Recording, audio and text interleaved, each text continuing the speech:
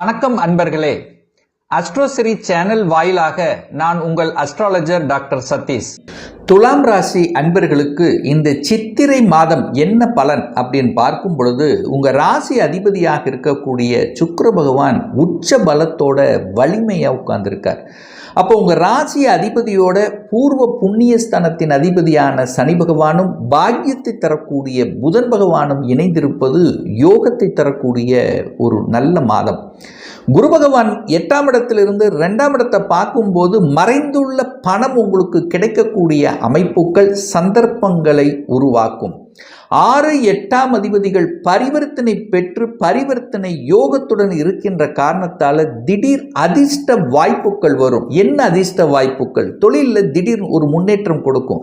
கடனால் சில நேரத்தில் அனுகூலம் ஆதாயத்தை தரக்கூடிய அமைப்பு, திடீர் அதிர்ஷ்டமாக ப்ரமோஷன் கிடைக்கக்கூடிய வாய்ப்புகள், வீடு விற்கலைன்னா விற்கக்கூடிய அமைப்பு. ஸோ இந்த மாதிரி சில நன்மைகளை தரக்கூடிய ஒரு மாதமாக இந்த துலாம் ராசினருக்கு நிச்சயமாக அமையும்.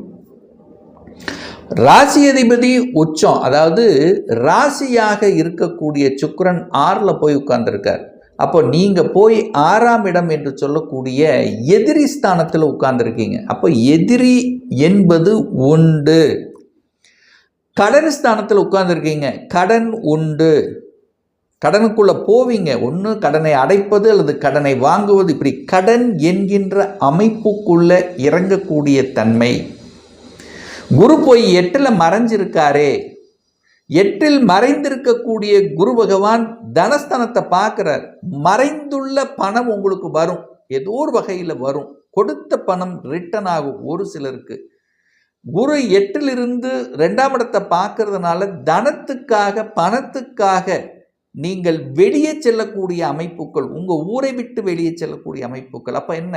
தொழில் ரீதியான மாற்றங்கள், தன்னுடைய ஊரை விட்டு வெளியே நகரக்கூடிய சந்தர்ப்ப சூழ்நிலைகள், வெளியூர், வெளி மாநிலம், வெளிநாடு, அந்நிய மதத்தினருடன் பழகுவது, அது அவர்களுடன் சில விஷயங்களில் நன்மைகள் தரக்கூடிய அமைப்புகள், ஏற்றுமதி இறக்குமதி சம்பந்தப்பட்ட, அதாவது வெளிநாட்டு தொடர்புகளை கொடுக்கக்கூடிய ஒரு மாதமாக இந்த துலாம் ராசினருக்கு நிச்சயமாக அமையும். இதில் எந்த மாற்று கருத்தும் கிடையாது. இந்த துலாம் ராசி அன்பர்களுக்கு ராஜ யோகத்தை தரக்கூடிய ஒரு கிரகம் சனி பகவான் இப்போ 6ல் போய் மறைஞ்சிருக்காரே. அப்போது இந்த பாவ கிரகங்கள் என்று சொல்லக்கூடிய சனி, ராகு, கேதுக்கள் இவங்கெல்லாம் போய் 6ல் மறைகிறது, உபஜயஸ்தானத்தில் இருக்கிறது, 6ஆம் இடத்தில் இருக்கிறது ஒரு நல்லது தான். அப்போ 6ல் போகும்போது என்ன பண்ணும்? 5க்குரியவன் 6ல் போகிறார், குழந்தைகளுக்கு வேலை கிடைச்சிரும்.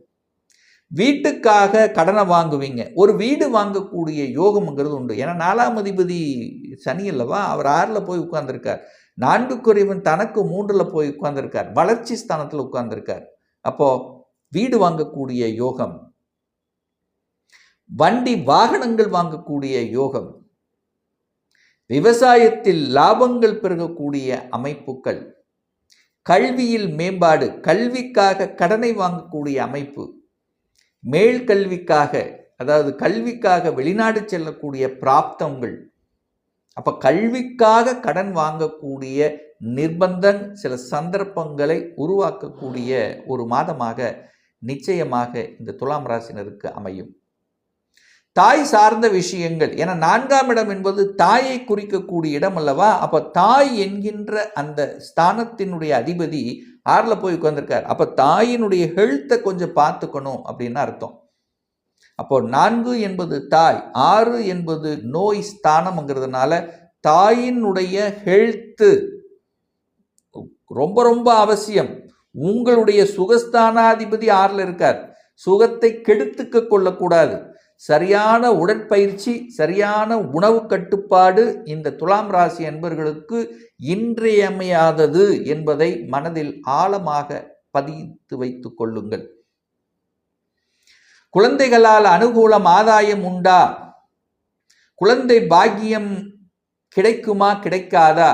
குரு பகவான் போய் 8ல் மறைஞ்சிருக்காரே, ஆனால் குடும்பஸ்தானத்தை பார்க்குறாருலவா. என்ன இந்த சித்திரை மாதம் 31ஆம் தேதி குரு பயிற்சி நடக்கிறது. அதன்படி பார்க்கும் பொழுது குரு பகவான் 8லிருந்து 9ஆம் இடத்துக்கு பயிற்சி ஆகிறார். பாக்கியஸ்தானத்துக்கு பயிற்சியாகி அந்த 9ஆம் இடத்திலிருந்து 5ஆம் இடத்தை பார்க்கிறார் தனது 9ஆம் பார்வையாக. அப்போ நிச்சயமாக துலாம் ராசி என்பவர்களுக்கு குழந்தை பாக்கியம் கொடுத்தே தீர வேண்டும் என்கின்ற அமைப்புக்கு ஏற்ப அதுக்கான சந்தர்ப்ப சூழ்நிலைகளை நிச்சயமாக உருவாக்கும்.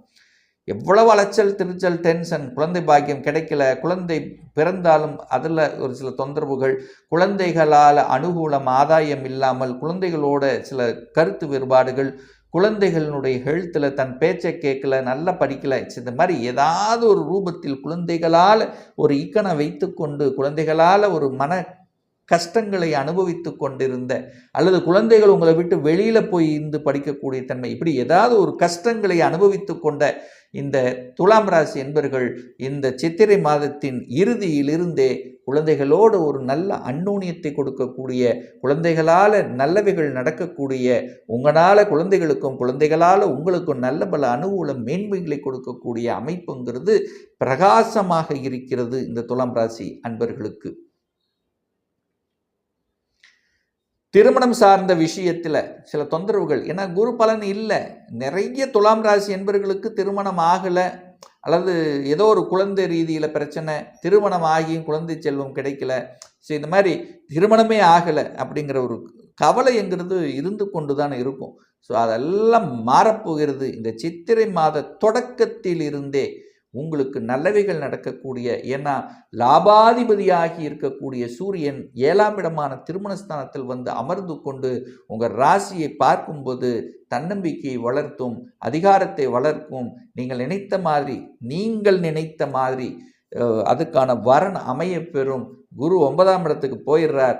9ஆம் இடத்துக்கு போயிட்டு உங்கள் ராசியை பார்க்குறார். ராசியை பார்க்கக்கூடிய நிகழ்விலிருந்து தன்னம்பிக்கை வளரும். ராசி புனிதமாக போகிறது. நெகட்டிவ் எண்ணங்கள் அத்தனையும் விலக போகிறது. எதையெல்லாம் செயல்படுத்த முடியாமல் தவித்து கொண்டிருந்தீர்களோ, எதையெல்லாம் நடக்கலை என்று நினைத்து கொண்டிருந்தீர்களோ, மனவேதனை, உள்ள வேதனை, ஹெல்த்தில் பிரச்சனை எல்லாமே இருந்தும் எதுவும் இல்லாத மாதிரியான ஒரு தன்மை, இப்படி ஏதாவது மனக்குமரல்களோடு இருக்கக்கூடிய துலாம் ராசி என்பர்கள் ஆஃப்டர் குரு பயிற்சிக்கு அப்புறம் அத்தனையும் புனிதமாக போகிறது. நல்ல நெறி, நல்ல நடத்தை, நல்ல மனிதர்களின் தொடர்புகள், குருமார்களினுடைய ஆசீர்வாதங்கள், குலதெய்வத்தினுடைய அருள், இப்படி எண்ணற்ற வகையில் அந்த ராசிக்கு லக்னத்துக்கு நன்மை பயக்கக்கூடிய ஒரு தொடக்கம் தான் இந்த சித்திரை மாதம் அப்படின்னு சொல்லுவேன். அதே போல் இந்த 9ஆம் இடம் என்பது பாக்கியஸ்தானம் அல்லவா, அங்கே போய் குரு அமர்வது ரொம்ப நல்லது. 9ஆம் இடம் என்பது என்ன? கடவுளினுடைய அனுகிரகம் அல்லவா, கடவுளினுடைய பாக்கியம் கிடைக்கும், குலதெய்வத்தின் ஆசீர்வாதம் கிடைக்கும், புனித யாத்திரைகள் செல்வீர்கள், கோயில் திருப்பணிகளை, அதாவது கோயில், அந்த குரு லக்னத்தை பார்க்குதல்லவா, ஆன்மீக எண்ணங்களை தூண்டும், ஆன்மீக விஷயத்தில் ஈடுபாடு எடுத்துக்கொள்வீங்க. கோயில் திருப்பணி முன்னின்று நடத்தக்கூடிய ஒரு பெரிய மனிதர் என்ற போர்வையில் முன்னிருந்து நடத்தக்கூடிய தன்மைகள், இப்படி சில பொதுநல விஷயங்களில் தன்னை ஈடுபடுத்தி உங்களை மற்றவர்களுக்கு தெரியப்படுத்தக்கூடிய, உங்களுக்கு ஒரு அங்கீகாரம் கிடைக்கக்கூடிய, உங்களுக்கு ஒரு கௌரவத்தை கொடுக்கக்கூடிய அமைப்பில் இந்த சித்திரை மாதம் நிச்சயமாக இந்த துலாம் ராசி என்பவர்களுக்கு அமையப்பெறும். தனாதிபதியாக இருக்கக்கூடிய செவ்வாய் நீச்சமாக இருக்கிறதே, அப்போ பணத்தில் ஏதாவது பிரச்சனை வந்து விடுமானா நிச்சயமாக இல்லை. 10ஆம் இடத்தில் இருக்கக்கூடிய செவ்வாய் திக்பலத்தோடு வலிமையாகத்தான் இருக்கிறார். அதனால் தனத்துக்கு எந்த பிரச்சனை இருக்க போவதில்லை. தனம் கையாளுகின்ற விஷயத்தில் மட்டும் கொஞ்சம் கவனத்தில் எடுத்துக்கொண்டாலே போதும். மற்றபடி உங்களுக்கு பெரிய பாதிப்பை ஏற்படுத்த போவதில்லை. வெளிநாடு, வெளி மாநிலம், அந்நிய தேசத்தின் மூலமாக நல்லவைகள், இதெல்லாமே உங்களுக்கு சிறப்பு பெறும். கூட்டாளிகளால் இருந்து வந்த தொல்லைகள் விலகும். ஒரு சில இந்த துலாம் ராசி அன்பர்களுக்கு பார்த்தீங்கன்னா, ஏன் நம்ம சொந்த தொழில் செய்யக்கூடாது, இதுவரைக்கும் வேலை பார்த்தது போதும், தான் அப்படிங்கிற நான் உழைச்சி எனக்காகவே எதையாவது ஒன்று செய்யணும் அப்படிங்கிற எண்ண ஓட்டங்களை கொடுக்கக்கூடிய ஒரு மாதமாக அமையும். அந்த எண்ணம், ஒரு சொந்த தொழில் செய்யணுங்கிற எண்ணம் வந்ததுன்னா அதுக்குடைய கொடுப்பினை இருக்காங்கிறது பாருங்கள். இல்லைன்னா தேவையில்லை. ஏன்னா 6ஆம் இடத்தில் சனி உட்கார்ந்துருக்கார். கடனை உருவாக்கிவிடும். கடன் என்கின்ற விஷயத்தில் உங்களுக்கு ஆட்படுத்தும். நல்ல கடனோ, அதாவது என்ன நல்ல கடன் என்ன, ஒரு தொழிலை விரிவுபடுத்துவதற்கு ஒரு கடனை வாங்குறது ஒரு நல்ல கடன் தான், அதில் தப்பு கிடையாது. அதே சமயத்தில் சுப செலவுகள், திருமண செலவுகள், குழந்தைகளுக்கான படிப்பு செலவுகள், அல்லது ஒரு வீடு வாங்குறது, வீடு கட்டுறது, இல்லை ஒரு இடத்த வாங்குறது, ஸோ இந்த மாதிரியான விஷயங்களில் செலவுகள் கடன்களை உருவாக்கும். ஸோ நல்ல கடனாக வளர்த்து கொள்வது நல்லது. ஒரு நல்ல தெய்வ வழிபாடு அப்படின்னு எடுத்துக்கொண்டால் உங்கள் ராசிநாதனான சுக்கிரன் போய் 6ஆம் இடம் என்கின்ற எதிரி ஸ்தானத்தில் இருக்கிறதுனால நீங்கள் நல்லபடியாக ஒரு டெம்ட் ஆகாமல், ஒரு கோபப்படாமல் இருக்கிறதுக்கு ஒவ்வொரு வெள்ளிக்கிழமை என்று அம்மனை, உங்களுக்கு பிடித்த மகாலட்சுமி, ஒரு நல்ல அனுகூலமான அழகாக இருக்கக்கூடிய ஒரு தெய்வத்தை, அம்மனை வழிபட்டீங்கன்னா நிச்சயமாக உங்கள் மனசு, எண்ணம், செயல், சிந்தனைகள் சிறப்பு பெறும்ங்கிறதுல எந்தவித மாற்று கருத்தும் கிடையாது. ஒரு துல்லிய பலன் வேணும். அதாவது உங்கள் சுய ஜாதகத்தில் கிரகங்கள் எப்படி இருக்கிறது, என்ன ஆதிபத்தியம் பெற்றிருக்கு, எந்த டிகிரியில் இருக்கார், இப்போ நடப்பு தசாநாதன், புத்திநாதன், அந்தரநாதன், சூட்சமநாதன் எப்பேற்பட்ட நிலையில் இருக்கிறது என்பதை பொறுத்து நீங்கள் கேட்கக்கூடிய எந்த கேள்வியாக இருந்தாலும் சரி, 2025 ஒரு சொந்த தொழில் செய்யணும்னு ஆசைப்படுகிற, அதற்கான கொடுப்பினை நம்முடைய ஜாதகத்தில் இருக்கா, சரி அப்படி இருக்குதுன்னா எப்போ நம்ம சொந்த தொழில் செஞ்சால் நமக்கு நன்மையை தரும், எந்த கோர்ஸ் எடுத்து படிக்கணும் என்கின்ற கொடுப்பினை நம்ம ஜாதகத்தில் இருக்கு, அப்படி எந்த கோர்ஸ் எடுத்து படித்தா நம்முடைய ஃபியூச்சர் நன்றாக இருக்கும், இப்போ வேலையில் அழுத்தம், ப்ரெஷர், டென்ஷனோட இருக்கிறேன், எப்போ இது சரியாகும், எப்போ எனக்கு இடமாற்றம் கிடைக்கும், எப்போ நமக்கு ப்ரமோஷன் கிடைக்கக்கூடிய அமைப்பு, திருமணம் நடக்கவே மாட்டேங்குது, திருமண தடையாகவே இருக்கு, எப்போ தான் நமக்கு திருமணம் நடக்கும், எப்போ தான் நமக்கு குழந்தை பாக்கியம் கிடைக்கும், எப்போ எனக்கு உயர்வை சந்திக்கும், இது போன்ற கேள்விகளுக்கு துல்லியமான பதிலை நம்மால் கூற முடியும். ஒரு பர்சனல் கன்சல்டேஷன் எடுத்துக்கணும், சுயஜாதகம் பார்க்கணும் என்று விருப்பமுடைய அன்பர்கள் டிஸ்பிளே தெரியக்கூடிய நம்பருக்கு வாட்ஸ்அப் மூலமாகவோ ஃபோன் கால் மூலமாகவோ தொடர்பு கொண்டு நேரடியாகவோ ஆன்லைன் மூலமாகவோ கன்சல்டேஷன் எடுத்துக்கலாம். நேரடியாக ஜாதகம் பார்க்கணும் என்று விருப்பமுடைய அன்பர்கள் நம்முடைய ஆஃபீஸ் கோயம்புத்தூரில் அமைந்துள்ளது. அதாவது கோயம்புத்தூரிலிருந்து மேட்டுப்பாளையம் செல்லும் வழியில் வெள்ளக்கிணர் பிரிவு அன்னபூர்ணா ஹோட்டலுக்கு அருகில் அமைந்துள்ளது.